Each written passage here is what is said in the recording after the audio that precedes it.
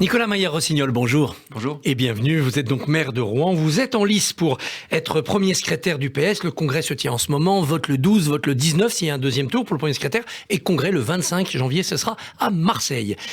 Aujourd'hui, l'actualité, c'est la réforme des retraites. Alors, 64 ans, c'est trop. Dites-vous, pourquoi ? Bon, c'est d'abord, c'est pas une réforme, hein. C'est une régression.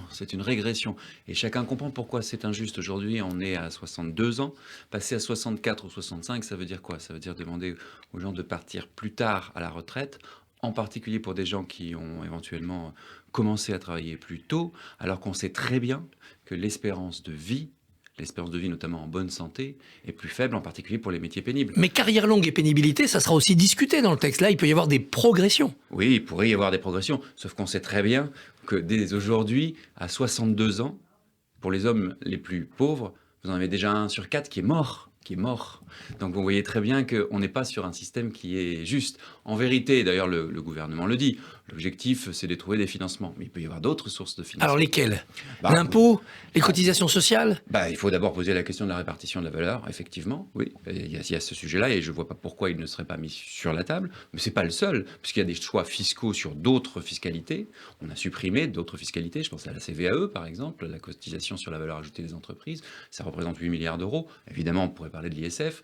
Bon, ce sont des choix fiscaux. Ce que je veux dire, c'est qu'il y a des choix qui déterminent, effectivement, des déficits ou en tout cas des différences financières. Les choix fiscaux faits par le gouvernement, notamment CVAE, mais aussi la réorientation venue de l'ISF, c'était pour l'emploi, c'était pour développer les industries. Donc on risque d'être pénalisé par du chômage si on veut être plus doux sur les retraites. Mais vous savez, moi je suis dans un territoire industriel, Rouen, je peux vous dire que le premier sujet, c'est pas nécessairement la fiscalité. On peut attirer des investisseurs sans être trop fiscalement agréable. Vous savez, la fiscalité est un point important, je ne vais pas le nier, mais c'est d'abord l'environnement professionnel, l'écosystème, la main-d'œuvre, la formation. Sur un territoire comme Rouen, on fait venir de nouvelles industries. Pourquoi ?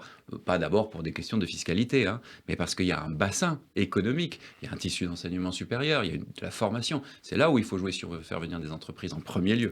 Alors, vous n'êtes pas pour un retour à 60 ans, vous, ce qui est devenu la ligne officielle pourtant du PS, qui disait un peu autre chose lors de la campagne présidentielle. Comment vous gérez cette disjonction? Non, mais on ne va pas faire de langue de bois. Si vous pouvez me dire la ligne officielle du Parti Socialiste, moi je suis content. Mais la vérité, c'est qu'il n'y en a pas, parce que vous venez de le dire, il y a eu des zigs et des zags, et qui sont probablement la conséquence d'accords électoraux. Ah bah oui, le zag, c'est 60 ans, c'est les filles. Oui, sauf que je pense que ce qui est important quand vous êtes une formation politique de première importance, d'être en responsabilité, c'est bien sûr de s'opposer.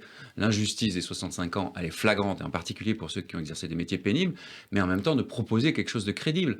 Tout le monde comprend bien qu'à 60 ans, tout le monde n'arrive pas avec la même situation. Selon que vous avez passé 40 ans ou 42 ans dans des bureaux en gagnant bien votre vie, et tant mieux pour vous, vous n'êtes pas en même condition physique ou mentale que si vous avez travaillé dans des métiers pénibles, dans des difficultés à la fois physiques ou d'ordre mental. Il faudrait faire du cas par cas quasiment, quoi. Peut-être pas du cas par cas, mais par exemple, tenir compte d'un certain nombre de facteurs de pénibilité. Je vous donne un exemple concret. Dans le premier mandat d'Emmanuel Macron, il y avait au départ 10 facteurs de pénibilité qui résultaient de la loi précédente, la loi Touraine.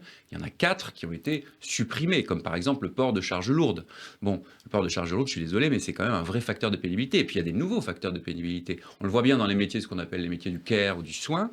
Quand vous devez vous occuper toute votre vie de personnes en situation très fragile, de personnes en situation malade, grave, c'est évidemment aussi extrêmement pénible. Dans l'éducation, vous avez des facteurs de pénibilité qui aujourd'hui ne sont pas pris en compte.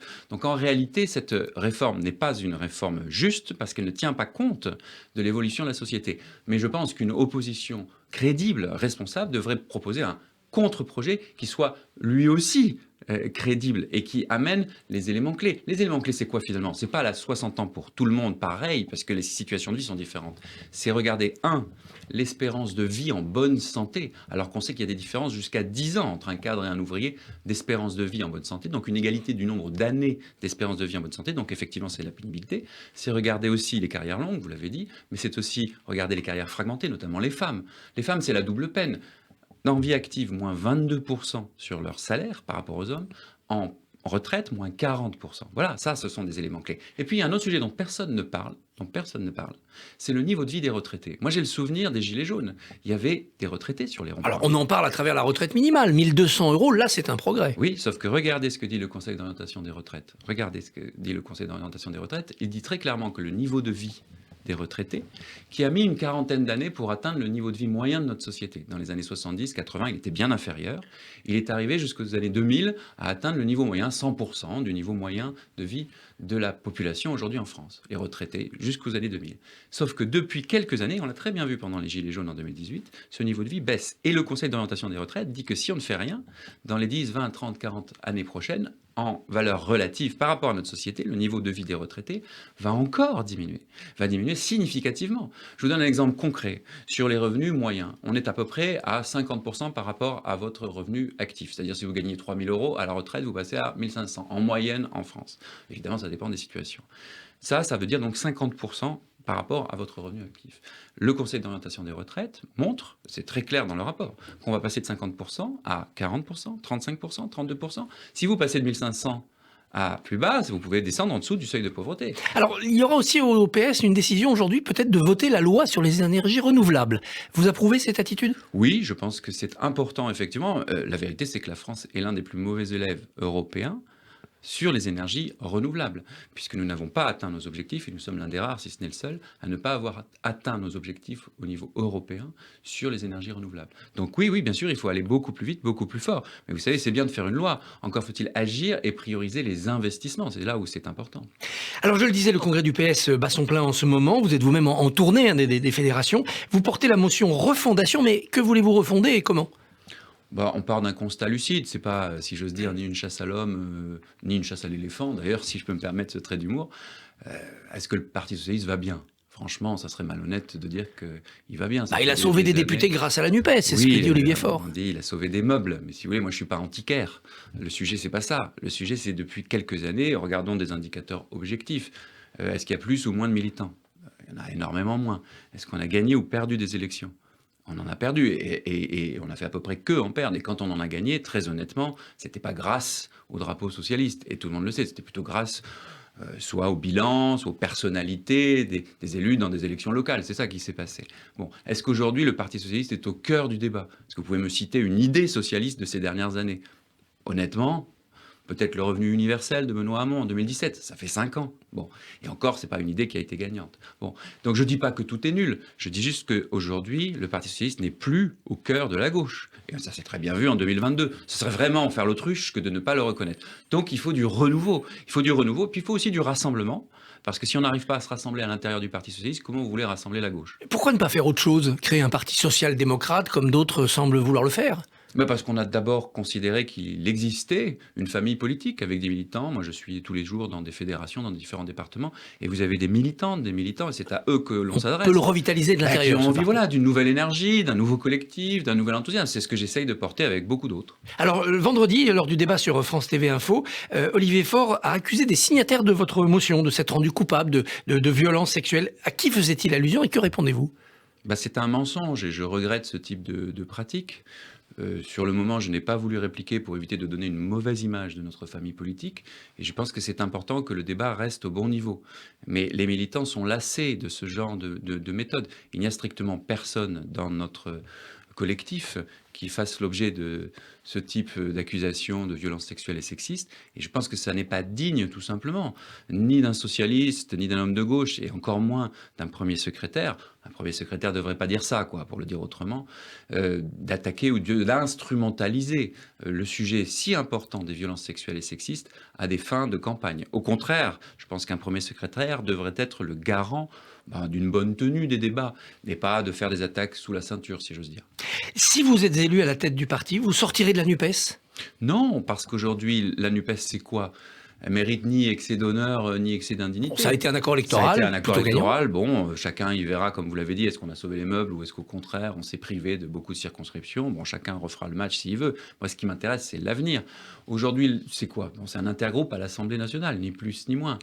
tant mieux si les députés se parlent entre eux, surtout quand il y a un débat sur les retraites où on a besoin d'une opposition qui soit solide. Moi, j'aurais aimé qu'on ait une position claire sur les retraites. On n'en a pas. Ce qui compte en réalité aujourd'hui, c'est d'affirmer ce que nous sommes par nous-mêmes, pas par rapport aux autres. Moi, je promeus et on porte avec Refondation une gauche pro-européenne, social-écologique, laïque, républicaine, qui est claire sur ce qu'elle dit. Un bon exemple, c'est Valérie Rabault, par exemple. Valérie Rabault, voilà une députée qui est claire, qui est solide, qui n'a pas de tabou sur les entreprises et qui porte avec nous ce mouvement-là. C'est pas compatible avec LFI, ni sur l'Europe, ni sur la laïcité. En tout cas, il faut dire clairement que sur certains sujets, nous avons des différences qui ne sont pas de mesure, mais de nature. Sur l'Europe, effectivement, LFI refuse jusqu'au drapeau européen dans ses salles de meeting. Nous sommes critiques sur certaines politiques européennes, Valérie Rabault l'a dit à plusieurs reprises, mais nous portons un idéal pro-européen.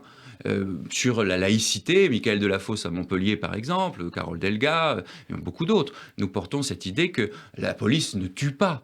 Nous portons cette idée que la police, ça fait partie des services publics qu'il faut défendre, en lucidité, mais c'est un service public. La police tue, c'est ce qu'avait dit Jean-Luc Mélenchon dans un tweet. Vous ne croyez pas à la stratégie, un peu comme Mitterrand avec le PC il y a 50 ans, on s'associe, puis on va dominer de l'intérieur LFI, et puis c'est le PS qui sortira vainqueur de cette coalition? Je suggère à chacun, c'est une école de l'humilité, de ne pas faire de comparaison trop rapide. D'abord, la situation politique n'était absolument pas la même. Aujourd'hui, nous avons 3 blocs et pas 2, avec l'extrême droite notamment, qui est le bloc le plus en progression aujourd'hui. C'est inquiétant, c'est terrible, mais c'est la réalité. Et deuxièmement, si j'ose dire, n'est pas Mitterrand qui veut. Et je ne sache pas que Mitterrand ait conclu le moindre accord avec les communistes. Il y avait eu un programme commun, mais qui pas aurait un accord. Écarté les socialistes de 500 circonscriptions sur 577, par exemple. C'était absolument pas ça. Absolument pas ça. Et puis, il y avait une personnalité, une incarnation. Regardez, aujourd'hui, on aime ou on n'aime pas, mais M. Macron, c'est une incarnation forte. On aime ou on n'aime pas, mais M. Mélenchon, c'est une incarnation forte. Moi, j'aime pas, mais Mme Le Pen, c'est une incarnation forte.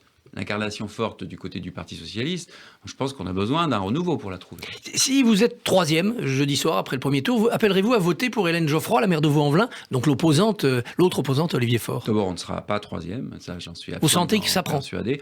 Oui, parce que les gens ont envie de renouveau, d'un nouveau collectif, d'une nouvelle énergie, et puis de rassemblement. Et la voie que nous portons, c'est une voie centrale qui permette demain de travailler à la fois avec les partisans d'Hélène Geoffroy, la maire de Vaux-en-Velin, et les partisans d'Olivier Faure. Vous savez, le Parti socialiste, sa vocation, c'est d'être au cœur de la gauche. Aujourd'hui, il est aux marges de la gauche, il est dilué, il est effacé. Et nous sommes pour l'union de la gauche, mais pas au détriment de nos valeurs. Un mot de football pour terminer. Polémique en cascade autour de Le Graët. Est-ce qu'il doit partir? Est-ce qu'il doit quitter la fédération? Bon, je ne suis pas spécialiste du football, mais je rappellerai cette citation. Parfois, il faut savoir céder la place. Certains diraient la vieillesse est un naufrage, c'est un peu dur. Je pense tout simplement que là aussi, on a peut-être besoin un peu de renouveau. Rouen, grande année en 2023.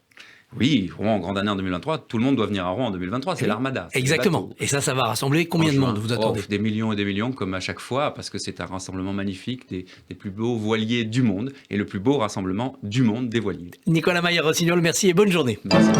Merci beaucoup, messieurs. Et demain, votre invité, Christophe, sera Caroline Yadan, députée Renaissance de Paris.